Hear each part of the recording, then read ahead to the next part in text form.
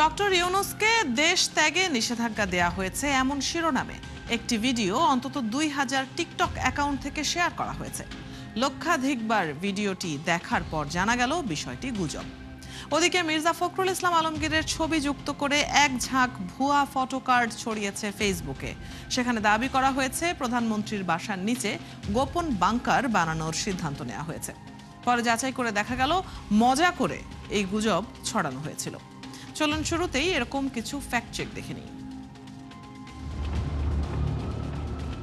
একটি দুটি নয়, বিএনপি মহাসচিব ও স্থানীয় সরকার মন্ত্রী মির্জা ফখরুল ইসলাম আলমগীরকে নিয়ে অন্তত ২০টি ফটোকার্ড একসাথে ছড়ানো হয়েছে। সেখানে দাবি করা হয় দেশের বর্তমান পরিস্থিতি বিবেচনায় রেখে নতুন প্রধানমন্ত্রীর বাসার নিচে বাংকার বানানোর সিদ্ধান্ত নেওয়া হয়েছে। কয়েক হাজার মন্তব্য আর অনবরত শেয়ারের পর জানা গেল দাবিটি মিথ্যা। এমন কোনো মন্তব্য মির্জা ফখরুল ইসলাম আলমগীর করেননি। কোনো তথ্য প্রমাণ ছাড়াই এই ভুয়া মন্তব্যটি প্রচার করা হয়েছে। ওদিকে ডক্টর ইউনূসের দেশ ত্যাগে নিষেধাজ্ঞা আরোপ করে গ্রামীণ ব্যাংক সাময়িক বন্ধের নির্দেশ দিয়েছে হাইকোর্ট। এমন শিরোনামে একটি পোস্ট সামাজিক যোগাযোগ মাধ্যমে প্রচার করা হয়েছে। এই প্রতিবেদন প্রকাশ অবধি ভিডিওটি অন্তত ১,০০,০০০ বার দেখাও হয়েছে। তবে রিউমার স্ক্যানার টিমের অনুসন্ধানে জানা যায় দাবিটি মিথ্যা। এমন কোনো নির্দেশ হাইকোর্ট থেকে দেওয়া হয়নি। কোনো তথ্য প্রমাণ ছাড়াই দাবিটি প্রচার করা হয়েছে। কাল থেকে শুরু টানা ৮ দিনের লকডাউন, এমন ক্যাপশনে একটি ভিডিও প্রায় ৫০০ টিকটক অ্যাকাউন্ট থেকে ছড়িয়ে দেওয়া হয়। এখন পর্যন্ত প্রায় ২ লক্ষ বার ভিডিওটি দেখেছে মানুষ এবং বিভ্রান্ত হয়েছে। তবে ভালো করে বিশ্লেষণ করে দেখা গেল ভিডিওটি ৫ বছর আগের, করোনা মহামারীর প্রাদুর্ভাবকালের। পুরনো সংবাদটি নতুন করে প্রচার করা হয়েছে। অপতথ্য আরও আছে। ফেসবুকে ছড়িয়ে পড়া বেশ কয়েকটি ফটোকার্ড থেকে দাবি করা হয়েছে বিদ্যুৎ, জ্বালানি ও খনিজ সম্পদ প্রতিমন্ত্রী অনিন্দ ইসলাম অমিত নাকি বলেছেন তিনি ঢাকার অন্তত ১০টা পাম্পে গিয়েছেন। কোথাও কোনো ভিড় বা জ্বালানি সংকট চোখে পড়েনি। তবে এসব ফটোকার্ডগুলো যাচাই করে দেখা গেল দাবিটি মিথ্যা। এমন কোনো মন্তব্য করেননি জ্বালানি প্রতিমন্ত্রী। মূলত একটি স্যাটায়ার পেজের ব্যঙ্গাত্মক পোস্ট থেকে এই গুজব ছড়ায়।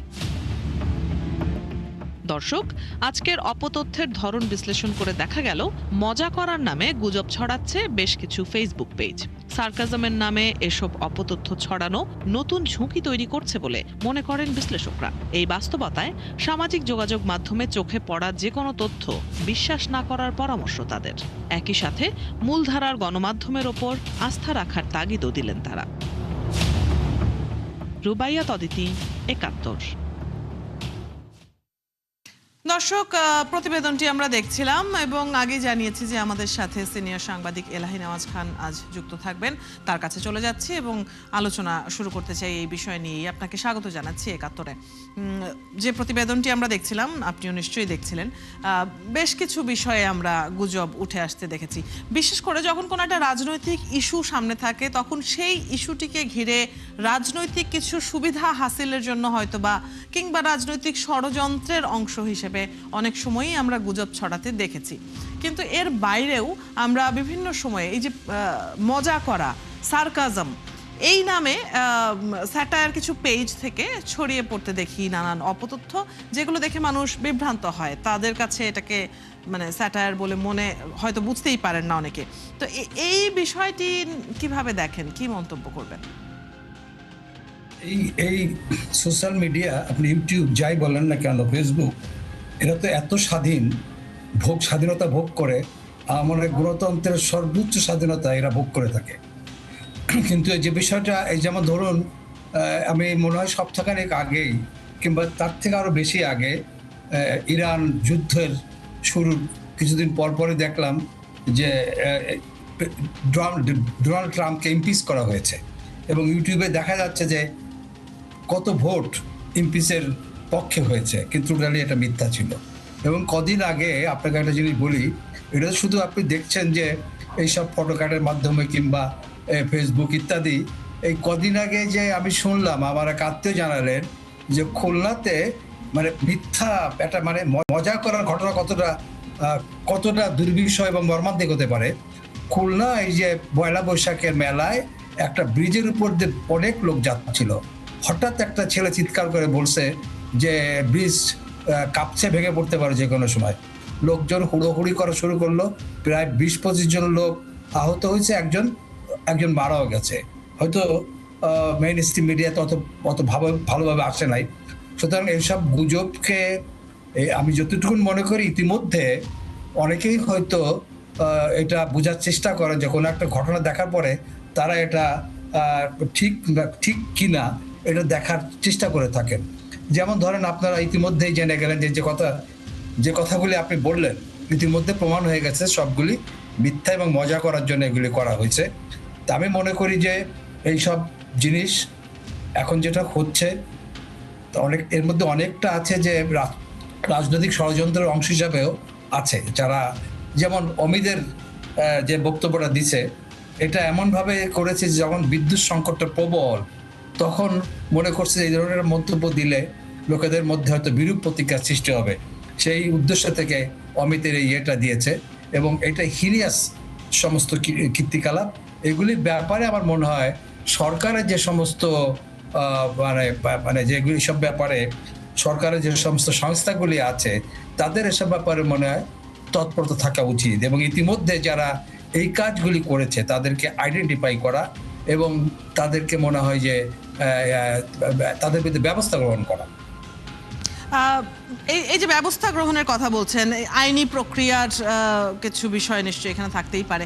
আপনার কাছে কি মনে হয় যে শুধুমাত্র আইন প্রয়োগের মাধ্যমে এই ধরনের সমস্যার মোকাবেলা করা সম্ভব?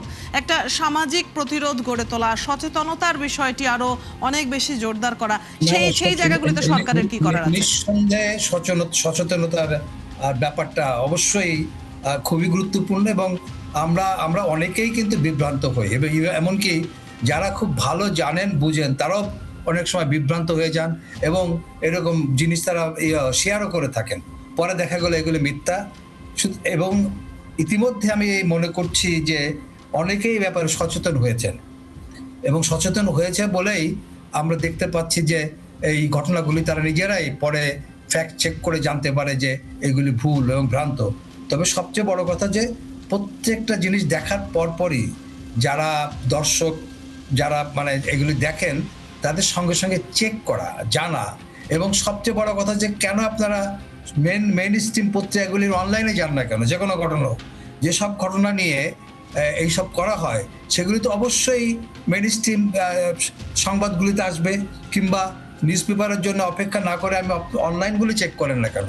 সুতরাং এইসব ব্যাপারে মনে হয় যে এই বাণীটা দেওয়া যে আপনারা যখনই এই ধরনের ঘটনাগুলো আপনাদের চোখে আসবে, আপনাদের সন্দেহ হবে, সঙ্গে সঙ্গে আপনারা মেইন স্ট্রিম যে সংবাদ মাধ্যম যেগুলো আছে বা অনলাইন আছে সেখানে আপনারা নিজেদের দেখার চেষ্টা করবেন, তাহলে অনেক ক্ষেত্রে দেখবেন যে এই বিভ্রান্তিকর এইসব জিনিসগুলির থেকে মানুষ রক্ষা পেতে পারবে।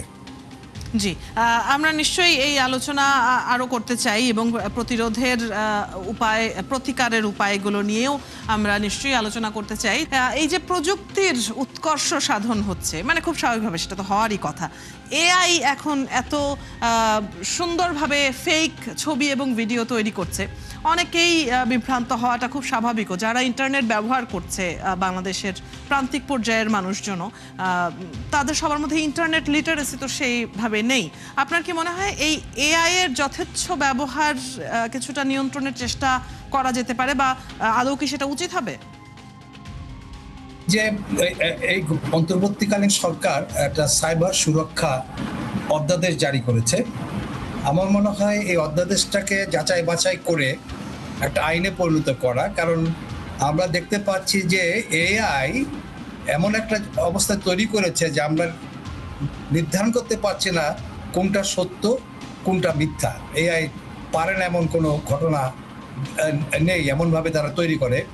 সুতরাং আমার মনে হয় যে অধ্যাদেশটা জারি হয়েছে, এক্ষেত্রে আমি বলে রাখি, আমি সাংবাদিক হিসাবে আমরা অতীতে এই অনেক আইনের ব্যাপারে আমরা আন্দোলন করেছি, কারণ এমন আইন করা যাবে না যেখানে লোকজন হয়রানির শিকার হয়, এবং অতীতে আমাদের দেশের রাজনৈতিক কারণে এগুলি ব্যবহার করা হয়েছে আইনগুলি।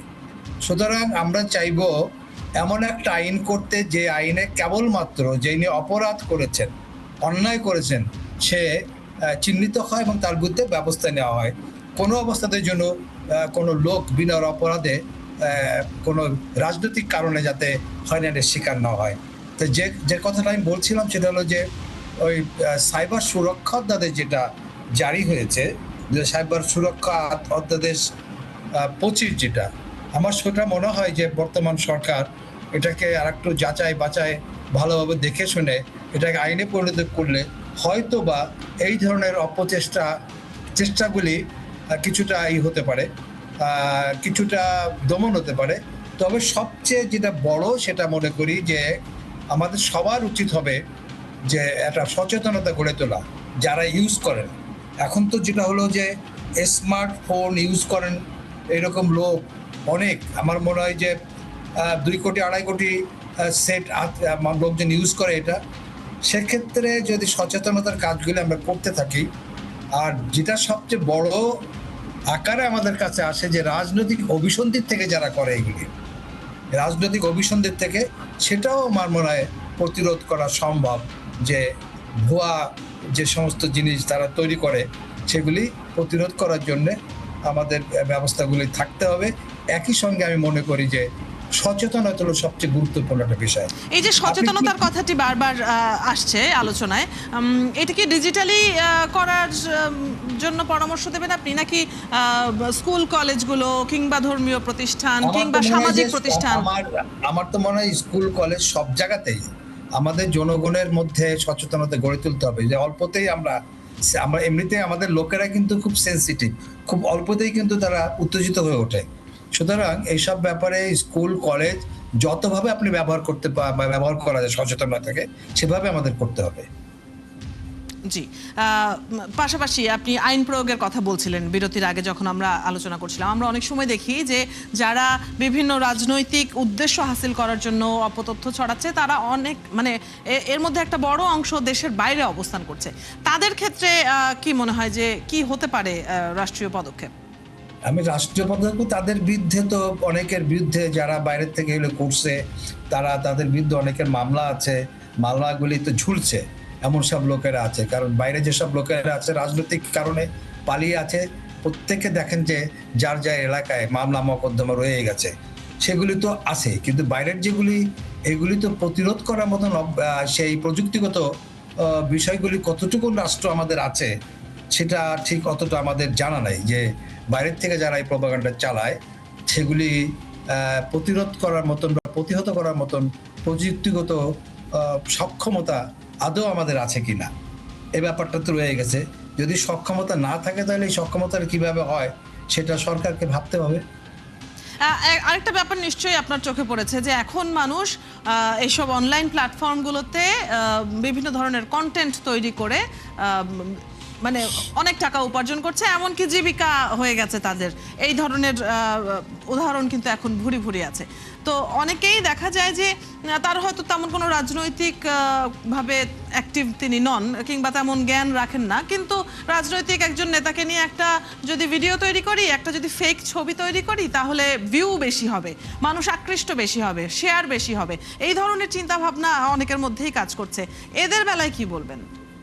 না, আপনার রাজনীতিবিদদের নিয়ে সারা দুনিয়াতে তো কিছু কিছু ঘটনা ঘটেই। অনেক সময় হাস্যকর কতগুলি ব্যাপার করা হয়। আপনার ডেমোক্রেসিতে সব কিছু কিন্তু আপনি করতে পারবেন না, কি বলে যে কঠোর হস্তে, তাহলে তো একটা আপনার ঠিক একটা চরম একটা কর্তৃত্ববাদী একটা শাসন ব্যবস্থা তৈরি করতে হবে।